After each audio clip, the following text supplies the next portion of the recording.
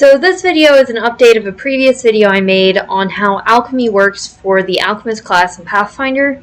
You might have noticed I unlisted that video today as of recording. That is April 19th, 2025. So this video is current as of this date and updated to include the remaster. Alright, so the main way the Alchemist class works is it really has free pools of alchemical strength. The class basically uses the alchemical items list as their spell list, and they can create different combinations as if they're a prepared caster. So there's really free pools here rather than just the one casters have, which is spell slots. Instead, they have the pre-brewed stuff, the daily pool, and the versatile Vial's quick alchemy pool. So the way these free pools work. So first off, the alchemical crafting pool is essentially just normal old alchemy. Technically any class can do it without a penalty.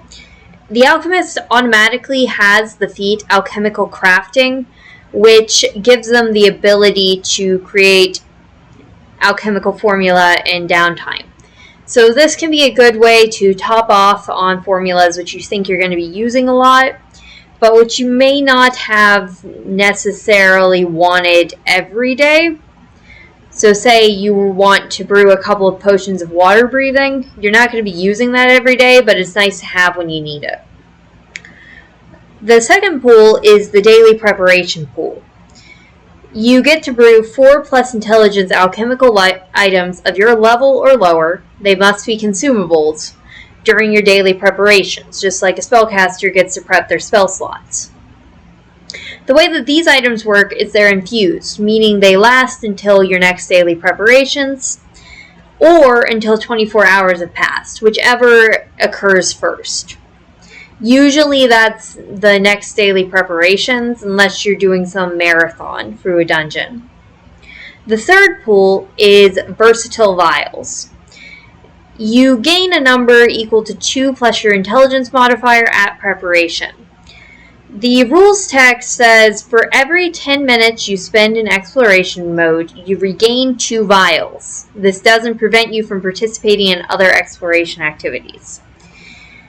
I'm quoting the full rule because I could see GMs interpreting this differently.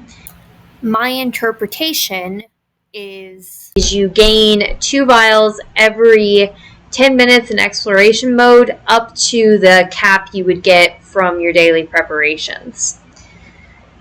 But again, this rule is open to interpretation depending on your GM. Alright, so for the first 2 pools, your choice of alchemical items is restricted to the items found in your formula book. So at first level, you have a certain number of formula automatically given. This is 2 common first level alchemical items, which are granted as part of the formula book feat. Then you get 4 common first level alchemical items from the alchemical crafting feat. So this 6 is your main pool, and you can pick from any common item. Then you also gain 2 additional common first level alchemical items from your research field. For the bomber, this is obviously bombs. For the chirurgeon, this is alchemical elixirs with the healing trait. For the mutagenist, it is alchemical mutagens. And for the toxologist, it is poisons. So those 2 must have the named trait or be the named type of item. And then you get to add to this as you continue adventuring. Per level, you automatically gain 2 additional common alchemical formulas of any level that you can brew. So this is your level or lower. So at second level, you can choose 2 second level formulas or 2 first level, or 1 second and 1 first, just depending on what you want there. At third level, you get to add third level to that mix, etc. You also can copy additional formulas into your formula book in the same way that the wizard can copy spells into their spell book, or the witch can gain additional spells. Essentially, if you find a formula, you can copy it down and reuse it later. if you have the inventor skill feat, you can invent these yourself. But really, I think that works out to more of a flavor thing, where with the inventor skill feat, you can choose whatever item, whereas with the reliance on formulas, you're kind of reliant on what you can find or buy. So there is not an assumption of just having 2 per level. The assumption is most likely you will have more, and a lot of your item budget will go into that, because you gain some base potency runes automatically on alchemical items which use them, such as your bombs. Alright, so now to talk about versatile vials, the other pool of alchemy. So the way versatile vials are used are with the quick alchemy action that takes 1 action. One action. It takes 1 action. And with this ability, it has the manipulate trait. You can either create a consumable, or you can create an infused alchemical item which will last until the start of your next turn. So the first one lets you turn your versatile vial into a bomb. By default, this deals 1d6 acid damage plus 1 splash acid damage. Certain research field options, as shown on the left there, can give differences to this, however. For instance, the bomber can switch the damage to being cold, electricity, or fire, with additional benefits at higher levels. And the toxologist the toxologist gets the poison damage type instead of acid. And they can apply it to a weapon or ammunition to deal damage on a successful strike. This only lasts until the end of one's current turn, however, so that means the toxologist then has to successfully stab someone, which means that the poison essentially becomes a rider effect on the attack.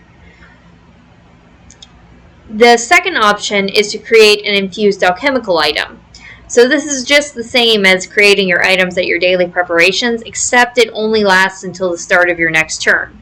So if you would say make a healing potion, you could pass it to your team member and they could drink it and it would work.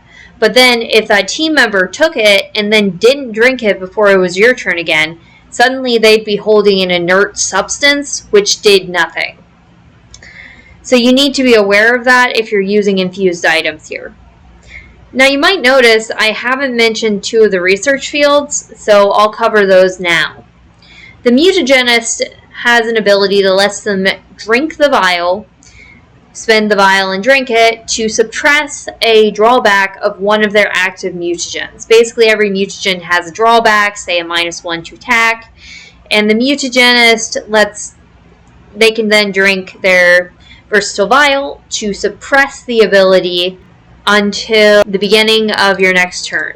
So that could give you a boost to AC up until the start of your next turn if you have an ability causing a penalty to AC.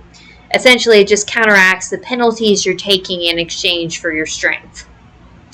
The Chirurgeon, however, can turn their versatile vial into a healing substance, unlike all the others.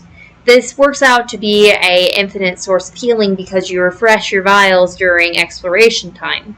I think that's probably why there's the refresh 2 every minute thing, so that you can use it as your main source of healing, rather than having to, say, use treat wounds. However, there's other class abilities for the Chirurgeon that makes me not sure there. So the way that the versatile vial works in that use case is it heals equal value to the initial damage. So then the vial heals 1d6 damage to whoever it's given to. It can either be drank or thrown. So you can toss it at your buddy and heal them for 1d6 hit points, or you can hand it to them and they can drink it on their turn. Most likely throwing it is more action efficient, but you're dealing with range and possibly a chance of missing, so it's a situational use case. So that is the full update for this. If you have additional questions, feel free to ask them. I most likely will be continuing to make some videos on the Alchemist class because of how often I've seen people try to play it. Thank you for watching. Hopefully this made more sense than what I had previously shown before the remaster.